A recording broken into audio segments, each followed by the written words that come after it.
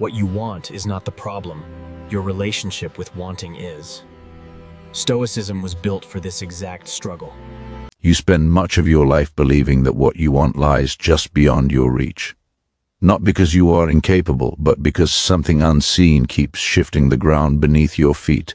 You work, you plan, you improve, and still there is a quiet frustration that follows you. It is not hunger for more money or recognition that troubles you most. It is the sense that effort does not always translate into results, that desire feels louder than direction. This is where most people make their first mistake. They assume success and wealth are things to be chased, accumulated, or unlocked through external moves. In truth, what you want is governed far less by what you pursue and far more by who you are becoming while you pursue it. The Stoics understood this long before modern language tried to dress it up as mindset or manifestation. They saw clearly that life responds not to wishful thinking but to character. What you call everything you want is often nothing more than a reflection of your inner order or inner chaos. If your inner world is scattered, impatient, reactive, the outer world will mirror that disorder. You will want more precisely because you lack steadiness. You will chase because you have not learned how to stand still. You may resist this idea at first. You may think it sounds like restraint masquerading as wisdom. But pause and examine your own experience. How often has wanting something intensely made you calm, focused, and disciplined? And how often has it made you restless, impulsive, or anxious? The Stoic path does not begin by asking what you want. It begins by asking what governs you. Because until you know that, everything you want remains unstable. Most people live under the illusion that desire is a guide. They believe if they follow what they want strongly enough, clarity will emerge. The Stoic knows the opposite is true. Desire without discipline only sharpens dissatisfaction. You do not lack opportunity. You lack containment. You do not lack ambition. You lack hierarchy within yourself. When everything feels urgent, nothing is truly important. Wealth, in the Stoic sense, was never just about money. It was about sufficiency, about having enough command over yourself that you are not owned by fear, comparison, or impulse. Success was not measured by applause, but by alignment between action and principle. This is uncomfortable to hear because it places responsibility exactly where you would rather not look. Inside, if you want everything, you must first decide what you will refuse. This is where the quiet strength begins. Every Stoic principle that matters starts with subtraction, not addition. Removing excess thought, excess reaction, excess craving. Until you learn this, success will feel like something you glimpse briefly and then lose again. Consider how often you confuse movement with progress. You stay busy, informed, connected, and yet something remains hollow. The Stoics would say this is because you are spending energy without direction.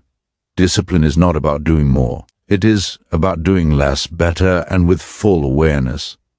Without this, even wealth becomes another burden to manage, another noise to endure.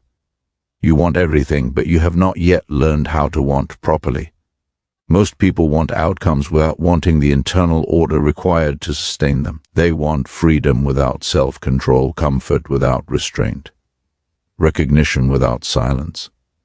The Stoic path is ruthless here but fair. It does not deny desire. It trains it. At the beginning of this path, there is a subtle but decisive shift. You stop asking how to get what you want and start asking what kind of person naturally attracts what you want. This changes everything. Suddenly, success is no longer something you chase nervously. It becomes something that follows consistency. Wealth becomes a byproduct of reliability, not luck. Influence becomes a result of clarity, not volume. But this shift comes with discomfort. You will realize how much of your energy has been spent reacting rather than choosing. How often you speak when silence would have served you better. How frequently you seek validation instead of mastery. This awareness stings, but it is necessary. Without it, Stoic principles remain words. With it, they become pressure, shaping you slowly and permanently. You may notice resistance in yourself even now. A part of you wants principles that promise results without demanding inner change. That part has been in control for a long time. Stoicism does not argue with it. It simply outlasts it. Day by day, through small acts of restraint, measured responses, deliberate focus, it weakens that voice. What you are really seeking is not everything. It is stability, confidence that does not collapse under stress, progress that does not vanish when circumstances shift, respect, both from others and from yourself. These things are not granted by chance. They are built through habits so quiet that no one applauds them. This is why Stoic principles endure. They do not excite the impatient. They refine the serious. They do not promise quick wins. They promise permanence, and permanence, once understood, becomes the most valuable form of wealth. As we move forward, the pressure will increase, not through intensity, but through clarity. You will be asked to confront patterns you have justified for years. You will be challenged to slow down where you usually rush, and to stand firm where you usually bend. This is not punishment. It is alignment. If you are willing to stay with that discomfort, something changes. Wanting becomes quieter, effort becomes cleaner, and slowly, without force, life begins to respond differently. Not because the world has changed, but because you have. This is where the Stoic understanding of success truly begins. Not with what you can gain, but with what you can govern. As you begin to recognize that what you want is shaped by what governs you, another truth presses forward, quieter but more demanding. Control is not something you seize all at once. It is something you practice in moments that feel too small to matter. Most people lose their discipline not in great crises, but in ordinary hours when no one is watching and nothing dramatic is at stake. The Stoic understands this and does not romanticize self-mastery. He treats it as daily labor. You may think of success as a turning point, a decisive breakthrough where effort suddenly pays off. But the reality is less cinematic and more exacting. Success is cumulative. It grows in the spaces between decisions and how you respond when convenience tempts you away from intention. This is why so many people feel close to achieving what they want, yet never quite arrive. They have moments of clarity but not continuity. The Stoics were relentless about this point.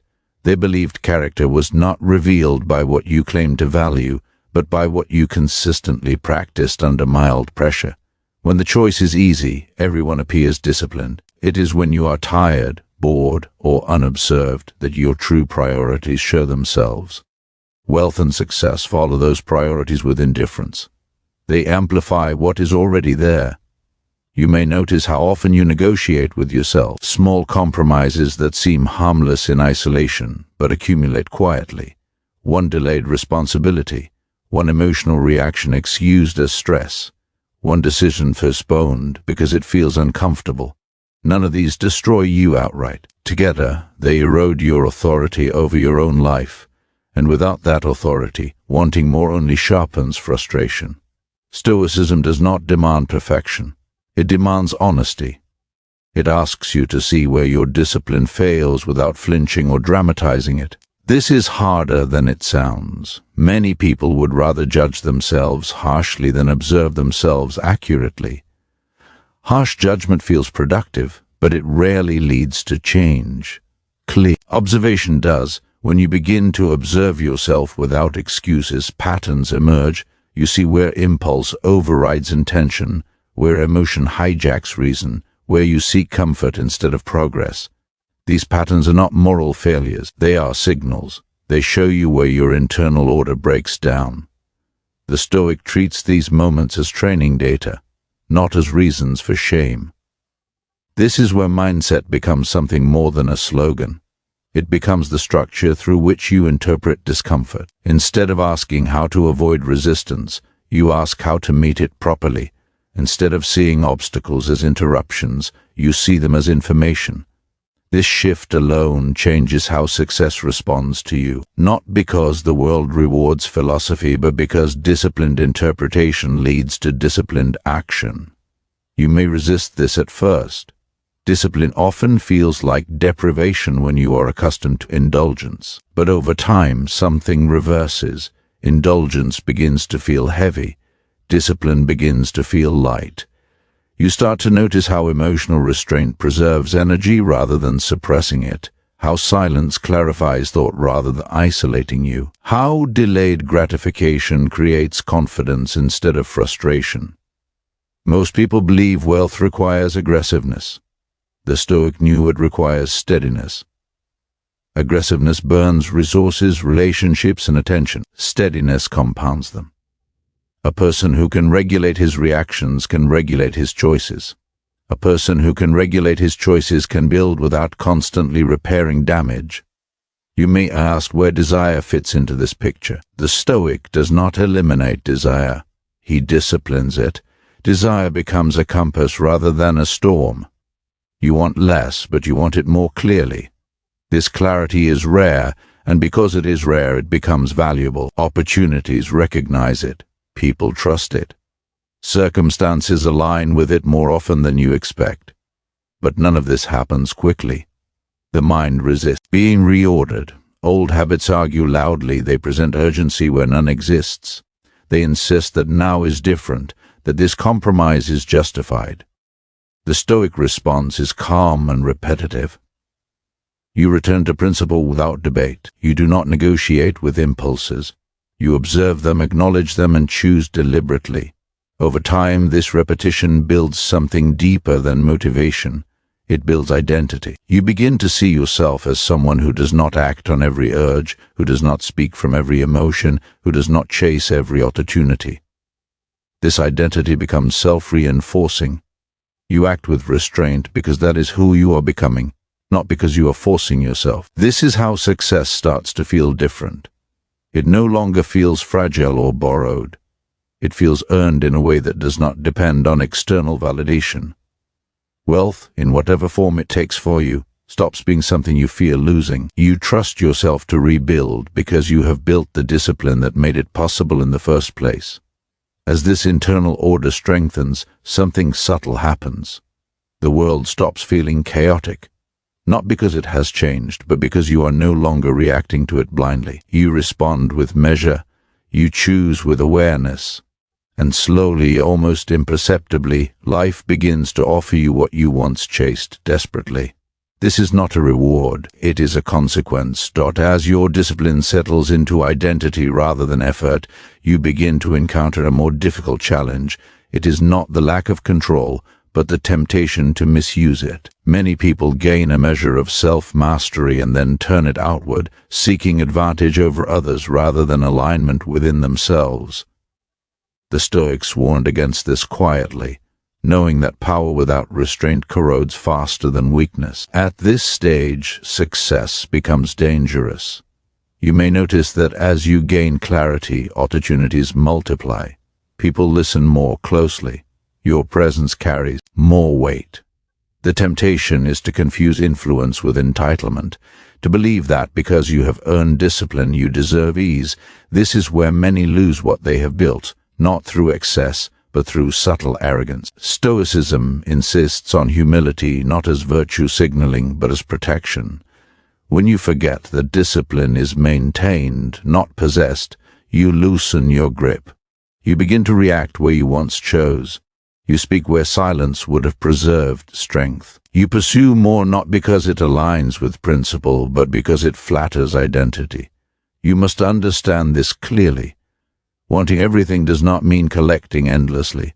It means knowing precisely what adds and what subtracts. The Stoic mind is surgical. It cuts away what inflates ego and keeps what sharpens purpose. This requires a level of self-awareness that few people sustain because it demands continuous honesty. Observe how often your emotions try to reclaim control. Pride when you succeed, irritation when you are questioned, impatience when others move slowly. These reactions feel justified. They are not. They are signs that the self still seeks dominance rather than mastery. Stoicism does not suppress these emotions. It studies them. It asks what belief sits beneath them. Often that belief is scarcity. A quiet fear that if you do not assert yourself, you will be overlooked. That if you do not take more, you will lose ground. The Stoics understood that this fear is the true poverty. A person who believes he must constantly defend his position has not yet achieved wealth, regardless of his resources. True wealth, in the Stoic sense, is knowing that you are sufficient, that your worth is not threatened by delay, disagreement, or silence. From this sufficiency comes composure. From composure comes judgment. And from judgment comes the ability to choose long-term gain over short-term relief. This is where emotional restraint deepens, not as repression but as refinement. You feel anger, but you do not obey it. You feel desire, but you do not chase it blindly.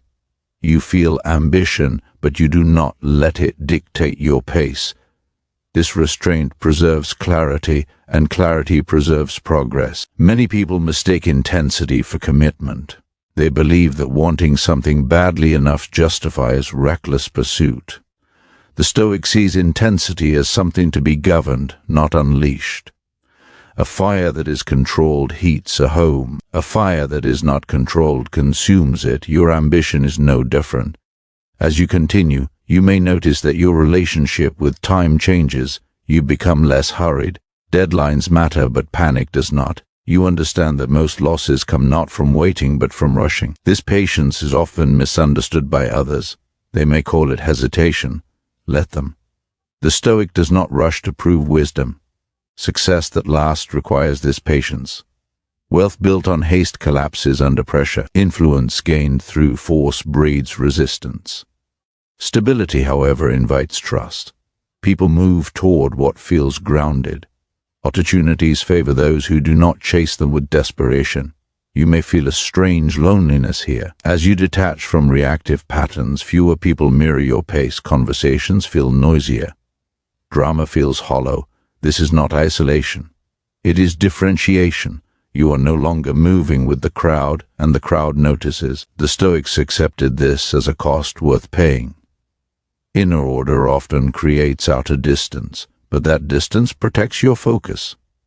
It gives you space to think clearly, to choose deliberately, to build patiently. Without it, even success becomes a distraction. At this stage, wanting everything begins to transform. You want less validation, less urgency, less noise.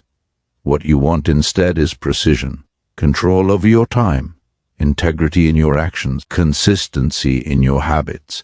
These wants are quiet, but they are powerful. And because they are quiet, they are often overlooked, until they produce results that speak without explanation. You begin to see that success and wealth are not attracted by desire alone, but by restraint. Not by confidence alone, but by composure. Not by knowledge alone, but by judgment. These qualities do not announce themselves. They reveal themselves through outcomes. As this understanding settles, another layer emerges. Responsibility. Not the kind imposed by others, but the kind you accept willingly. You stop blaming circumstances. You stop waiting for permission. You stop expecting fairness. You act from principle because it is yours, not because it is rewarded. This acceptance of responsibility is heavy at first. There is no one left to accuse when things fall short, but it is also liberating. You are no longer dependent on external alignment for internal stability. You build from where you stand. This is the quiet pivot point, the place where discipline stops feeling like effort and starts feeling like ownership. And from ownership, everything else begins to follow. As responsibility becomes something you carry without resentment, a deeper pressure begins to surface. It is not imposed from the outside. It comes from within. You start to notice the gap between what you know and what you consistently do. This gap is where most ambition quietly fails, not because people lack intelligence or opportunity, but because they underestimate how exhausting inconsistency becomes over time. The Stoics paid close attention to this fatigue. They understood that the mind grows tired not from effort, but from contradiction. Saying one thing and doing another drains energy. Wanting success while indulging habits that undermine it creates friction you feel every day, even if you cannot name it. This is why clarity becomes a form of relief. When your actions align with your principles, life feels simpler, even when it is difficult.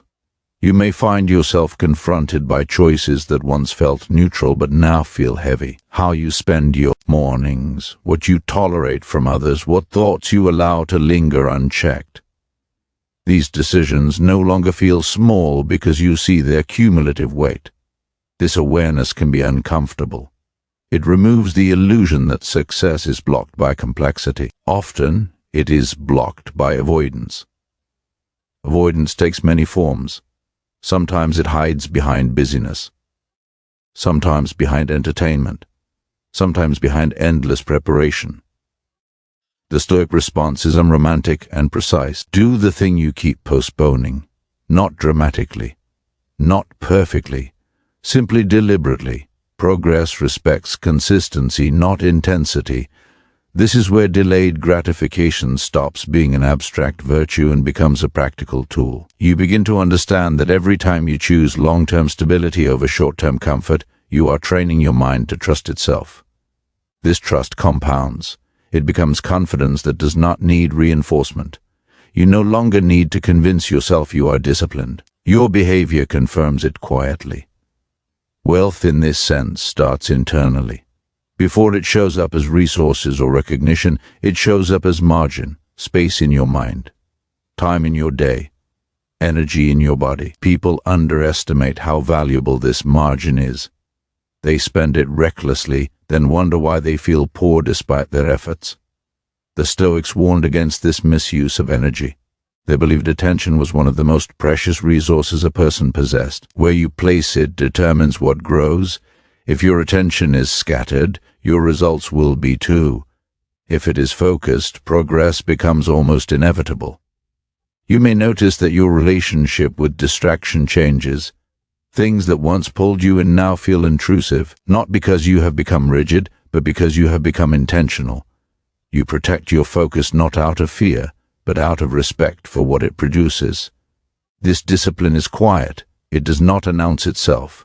It simply refuses what does not serve. At this stage, the world may test you. Success often brings noise, requests, expectations, opinions. The temptation is to say yes too often, to prove availability, to capitalize on momentum. The Stoic response is selective. You choose fewer commitments and honor them deeply. You understand that saying no is not a rejection of opportunity, but a defense of quality. This selectiveness can feel risky. You may worry that turning things down will close doors. In reality, it clarifies which doors matter. People learn how to approach you. They sense your standards. This attracts seriousness. Frivolity drifts away on its own. You begin to see that wanting everything was never about accumulation. It was about freedom. Freedom from constant reaction. Freedom from internal conflict. Freedom to move deliberately. This freedom does not come from excess. It comes from restraint practiced consistently. As this freedom grows, you may feel a strange calm where urgency once lived. Goals still matter, but they no longer agitate you. You work steadily, without dramatizing progress or setbacks. You understand that most outcomes are delayed reflections of earlier choices. This understanding stabilizes you. The Stoics often return to the idea of control. Not control over outcomes, but over response. This distinction becomes sharper now. You stop wasting energy on what you cannot influence, not as resignation, but as efficiency. You channel effort where it produces results. This efficiency changes how others perceive you. You appear composed under pressure, reliable in uncertainty, calm when others rush. This is not performance, it is alignment. And alignment is persuasive without trying to be. You may notice that wealth and success begin to approach you indirectly, through trust, through reputation, through opportunities that value stability over spectacle. These are not flashy gains, they are durable ones. At this point, the temptation shifts again. Comfort whispers, you have built momentum, you have earned rest. This is true, but rest can quietly become stagnation if discipline dissolves into complacency. The Stoic remains vigilant here, not anxious, but attentive. You remind yourself that principles are not milestones, they are practices. They do not expire when conditions improve, they become more important as stakes rise. The higher you climb, the more costly missteps become. This awareness keeps you grounded. You do not inflate your identity with achievement. You see success as something you steward, not something you own. This mindset protects you from the arrogance that precedes decline. As you continue, another realization settles in. You are no longer driven by the need to prove anything. Your effort is quieter, your focus sharper, your satisfaction deeper. This is not because you have everything, it is because you are no longer ruled by wanting. And in that freedom, you begin to understand what the Stoics meant by wealth that cannot be taken. As wanting loosens its grip, something unexpected happens. The mind, no longer consumed by chasing or defending, begins to notice subtler forms of resistance. Not the obvious distractions, but the internal negotiations you still make when pressure increases. This is where many disciplined people quietly stall.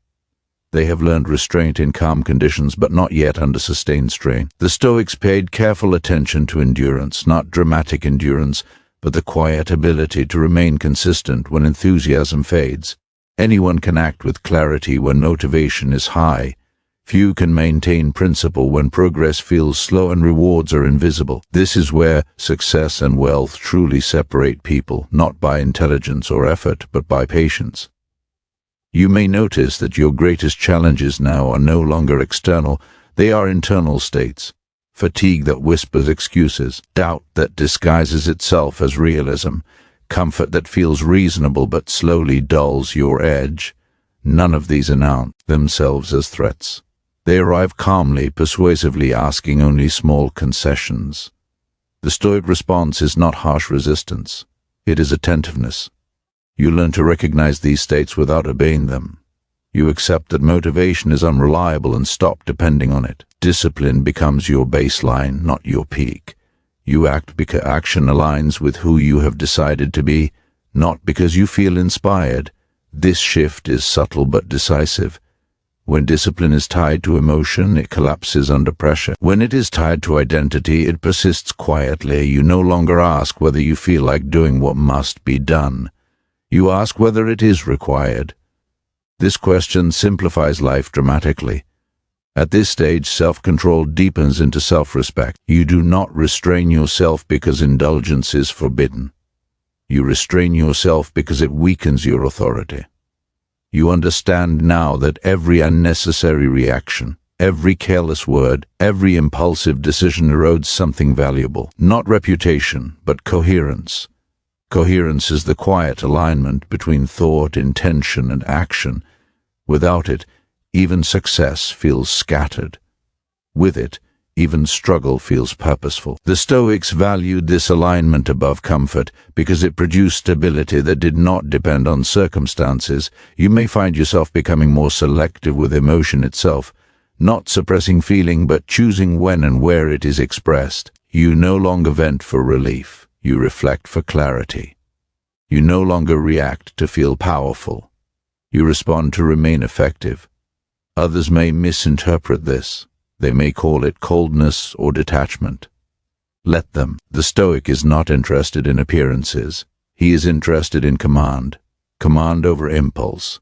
Command over attention. Command over the direction of his life. This command reveals itself most clearly in moments of delay.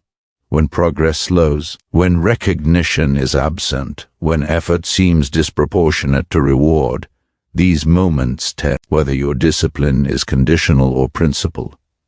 If it is conditional, resentment grows. If it is principled, patience strengthens. The Stoics knew that delayed gratification was not about denying pleasure, but about choosing timing wisely. Pleasure taken too early often poisons what follows. Reward earned through restraint, however, deepens satisfaction and strengthens character.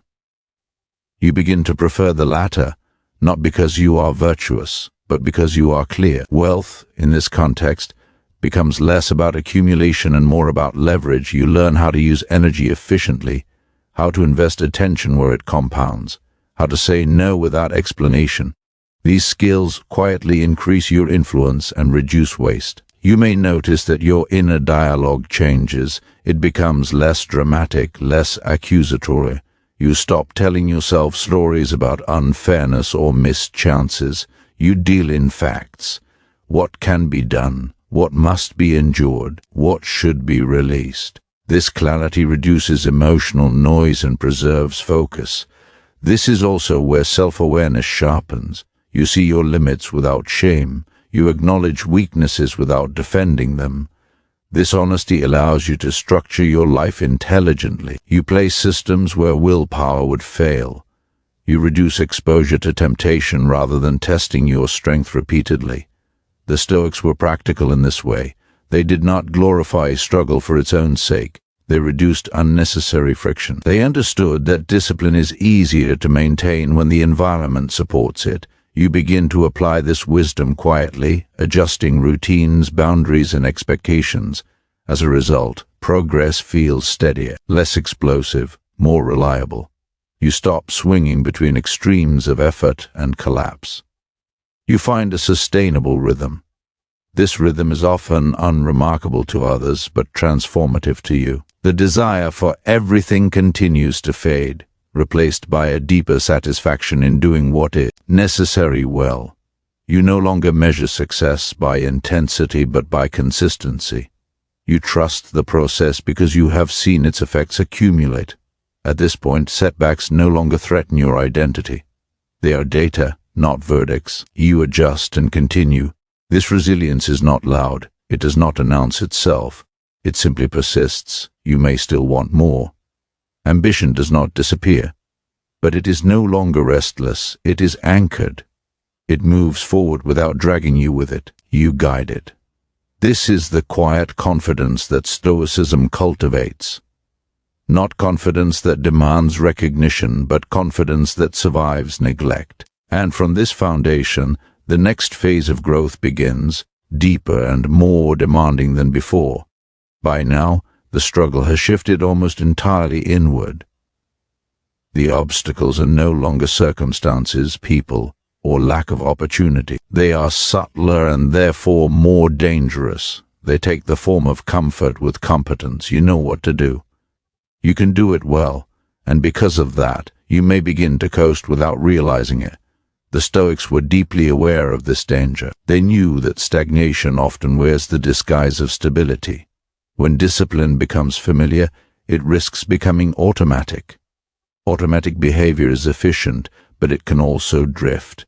You may keep your routines, meet your obligations, and still feel something thinning beneath the surface, not exhaustion but dullness. The edge that once kept you alert begins to soften. This is not failure, it is a signal. The Stoic response is not panic but recalibration. You return to first principles. You ask not whether you are succeeding but whether you are still sharpening yourself. Growth does not end when results appear. It becomes more demanding, because the margin for error narrows. The higher your level of functioning, the more subtle your weaknesses become. At this stage, self-awareness must become uncompromising. You must watch for rationalizations that sound reasonable but protect comfort. You must notice when you repeat actions out of habit rather than intention. This requires humility. Not the performative kind, but the kind that allows you to admit that progress can make you careless if you let it. The Stoics understood that mastery is maintained through voluntary difficulty, not suffering for its own sake, but deliberate exposure to challenge. When life becomes smooth, you introduce friction intelligently. You choose effort that keeps your mind alert and your discipline alive. Without this, success slowly erodes into entitlement. You may feel resistance to this idea. Why complicate what is working? Because what is working now will not always work later. Conditions change, stakes rise, expectations increase. If your inner strength does not grow with them, you'll eventually be outpaced by your own environment. This is where mindset matures further. You stop seeking ease as a goal. You see ease as a byproduct that must be managed carefully. Comfort is not evil, but it is persuasive. It argues that vigilance is no longer necessary. The Stoic listens to this voice without obeying it. You begin to refine your standards, not for others but for yourself. You raise the bar quietly. You demand clarity in thought, precision in speech, consistency in action. These standards are not announced. They are enforced privately. This is what preserves integrity as visibility increases. As your standards rise, so does your sense of responsibility. You understand that your behavior now influences more than just you. People watch how you respond to pressure, how you handle advantage, how you treat silence. This awareness does not inflate your ego, it disciplines it. You act knowing that character is contagious. Wealth and success, when held without this awareness, distort judgment. They invite shortcuts. They excuse lapses. The Stoic refuses this erosion. He treats every advantage as something to steward carefully, not because he fears loss, but because he respects structure. You may notice that your relationship with desire changes again. You no longer want indiscriminately. You evaluate. You ask whether a pursuit strengthens or dilutes you. This evaluation becomes instinctive. You sense when something pulls you away from center. You decline without explanation. This restraint often surprises others. They expect ambition to expand endlessly. They do not expect discernment. But discernment is what allows ambition to last. Without it, even success becomes scattered. There is also a growing acceptance of limits, not as resignation but as wisdom. You recognize that energy is finite, attention is finite, time is finite. Instead of lamenting this, you organize around it. You invest where returns are durable. You let go of what does not compound. The Stoics believed that peace came not from having more, but from needing less. At this stage, you begin to experience that peace not as an idea, but as a state. Your mind is quieter, your decisions cleaner, your reactions slower and more deliberate. This quiet does not mean passivity. It means efficiency. You act decisively because you are not cluttered internally. You speak less because you have less to defend. You move forward without dragging unresolved emotion behind you. You may still face uncertainty. Outcomes remain unpredictable, but uncertainty no longer destabilizes you. You trust your process. You trust your ability to respond appropriately. This trust is not blind optimism. It is earned confidence built through repetition. As this confidence deepens, success feels less like an event and more like an environment. You operate within a range of stability that absorbs shocks. Setbacks no longer threaten your identity. They adjust your strategy. This is the Stoic advantage, not invulnerability but adaptability grounded in discipline. You do not break when pressure increases. You tighten your focus. The desire for everything has transformed again. It is no longer expansive. It is precise. You want what aligns. You discard what distracts.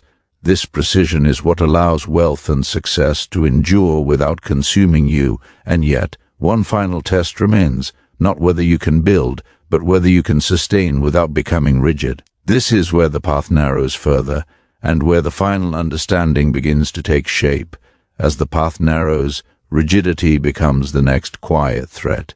Discipline, once hard-earned, can turn into armor you forget to remove. You may notice a tightening in yourself, a resistance to change that feels justified because it is wrapped in principle. The Stoics warned that virtue without flexibility becomes brittle. Strength that cannot adapt eventually breaks under pressures it could have absorbed. At this stage, the challenge is not indulgence or distraction, but misapplied certainty. You know what has worked. You trust your systems.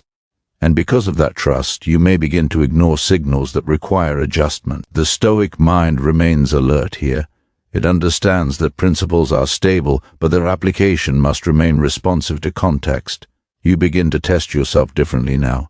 Not by adding more effort, but by questioning assumptions. You ask whether your habits still serve their purpose, or have become rituals without reflection. You examine whether your restraint is guided by wisdom or by fear of disruption. This self-examination is uncomfortable because it threatens identity, but it is necessary. The Stoics believed that reason was not a static possession, but a living process. To stop reasoning is to stop growing. You must remain willing to revise methods without betraying values. This distinction matters. Values are the anchor. Methods are tools.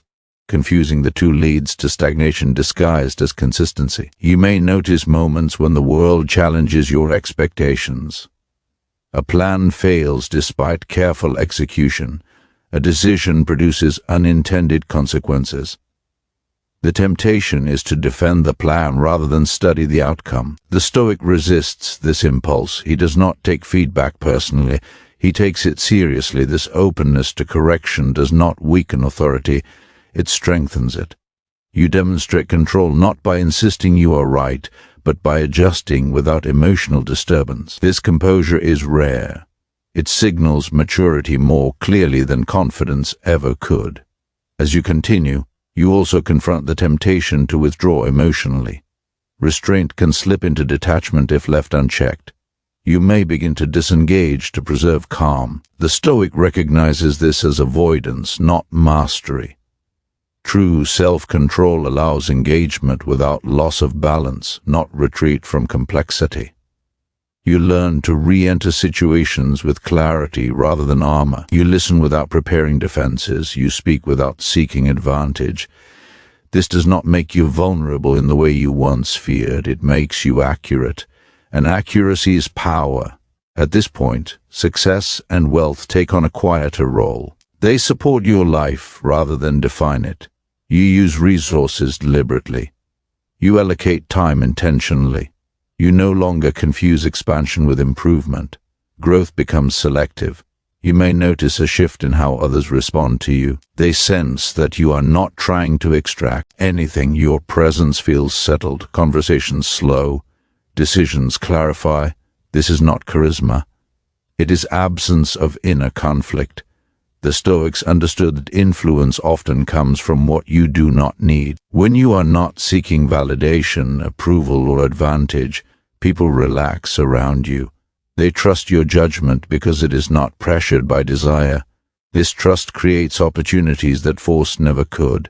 You also begin to see clearly where you no longer belong. Environments that thrive on urgency, drama, or excess feel misaligned. You do not condemn them. You simply outgrow them. This transition can feel isolating, but it is also liberating. You make room for work that requires depth rather than noise. At this stage, the question of everything you want looks different than it once did. You see how much of what you thought you wanted was compensation for inner instability. Now that stability exists, your desires refine themselves. They become quieter, more durable. You want work that challenges your judgment. Relationships that respect your boundaries, progress that does not require constant defense. These wants are not flashy, but they are resilient. They survive pressure. The Stoics often spoke of living in accordance with nature, not in a mystical sense, but in alignment with reality. You begin to experience this alignment internally. You accept cycles. You anticipate resistance. You prepare without panic. You rest without guilt. This acceptance does not dull ambition. It sharpens it. You pursue what matters without being consumed by outcome. You act fully, then release attachment. This balance is difficult to explain, but unmistakable when lived. As you reach this point, you realize that the greatest wealth you have built is internal structure. A mind that does not fracture under stress. A character that does not dissolve under success. A discipline that adapts without weakening. The final pressure approaches quietly. It asks whether you can hold this structure without clinging to it, whether you can continue refining without becoming rigid, whether you can succeed without needing to be seen as successful. This is the last refinement, not of effort, but of identity. And how you meet it determines whether what you have built remains alive or slowly hardens into something that no longer grows. There comes a point where the work stops feeling like work and begins to feel like maintenance of a quiet order. Nothing dramatic announces this moment. No victory, no applause. Only a steady awareness that you are no longer at war with yourself. This is where many people lose direction, because struggle had given them identity. You must now learn to live without the friction that once defined you. The final test is subtle. It does not ask whether you can endure hardship, but whether you can remain disciplined when life becomes manageable. When pressure eases, habits soften. When clarity arrives, vigilance fades. This is where self-mastery is either confirmed or quietly undone. You begin to notice how easy it would be to coast, to rely on past effort, to let the structure you built carry without continued attention. The Stoic does not confuse stability with permanence. He understands that order must be renewed daily, not because chaos is imminent, but because neglect is always patient. At this stage, the mind becomes your primary responsibility. External conditions matter less than internal posture. You monitor your thoughts not out of fear, but out of respect for their influence. You notice small rationalizations forming. You catch them early, not harshly, but decisively. You no longer need extremes to feel alive. Silence does not threaten you. Routine does not bore you. You find depth in repetition, meaning in consistency. What once felt restrictive now feels grounding. This is not because you lowered your standards, but because your identity no longer depends on stimulation. The idea of having everything you want resolves itself here. You see that desire was never meant to be eliminated, only educated. Untamed desire scatters attention. Disciplined desire concentrates it. You still want progress, influence, and material security, but they no longer pull you out of alignment. They move at your pace, not ahead of you. You measure success differently now, not by accumulation but by coherence. Does your life make sense when viewed as a whole? Do your actions reinforce each other or compete? Do your values show up in small decisions, not just large statements? These questions become instinctive. There is also humility here, though it does not look like self-doubt. You know how easily this order could be lost. You have seen how quickly discipline erodes without attention. This awareness keeps you grounded. You do not assume immunity, you assume responsibility. Relationships deepen in a quieter way. You are no longer proving anything. You listen without needing to fix. You speak without needing to dominate. Your boundaries are clear, not defensive. People either adjust to this clarity or drift away. You allow both outcomes without resentment. Work becomes an expression of character rather than a measure of worth. You take pride in precision, patience, and follow through. You are no longer chasing momentum. You are building durability. This makes your efforts less visible, but more enduring. There will still be setbacks. The Stoics never promised immunity from loss or misjudgment. The difference now is recovery. You do not spiral. You do not dramatize. You assess, correct, and continue. Emotion passes through without taking control. This calm is not passive, it is alert. You remain watchful of comfort, aware that it can dull edges if left unchecked, but you no longer fear it. You know how to reintroduce difficulty deliberately through challenge, restraint, and chosen discomfort without needing crisis to force growth. The final realization settles slowly. Everything you want was never a destination, it was alignment. When your actions, values, and judgments move in the same direction, life simplifies. Not because it becomes easy, but because it becomes honest. You stop asking whether you are doing enough. You ask whether you are doing what is necessary. You stop wondering how you are perceived. You focus on how you conduct yourself when no one is watching. This is where freedom actually lives. The Stoics believed that a well-ordered soul was the highest form of wealth, not because it guarantees happiness, but because it allows steadiness regardless of outcome. You have built that order deliberately, through restraint, reflection, and refusal to lie to yourself. Now the task is simple, but not easy, to continue, to show up with the same discipline on ordinary days as you did under pressure, to maintain clarity without craving recognition, to live in a way that does not need explanation. If you keep walking this path quietly and consistently, the rewards will continue to appear not as surprises, but as confirmation. And if you ever need a reminder of the standards you chose for yourself, return to the work, return to the silence, and return to the discipline that built you here and built by Stoicism.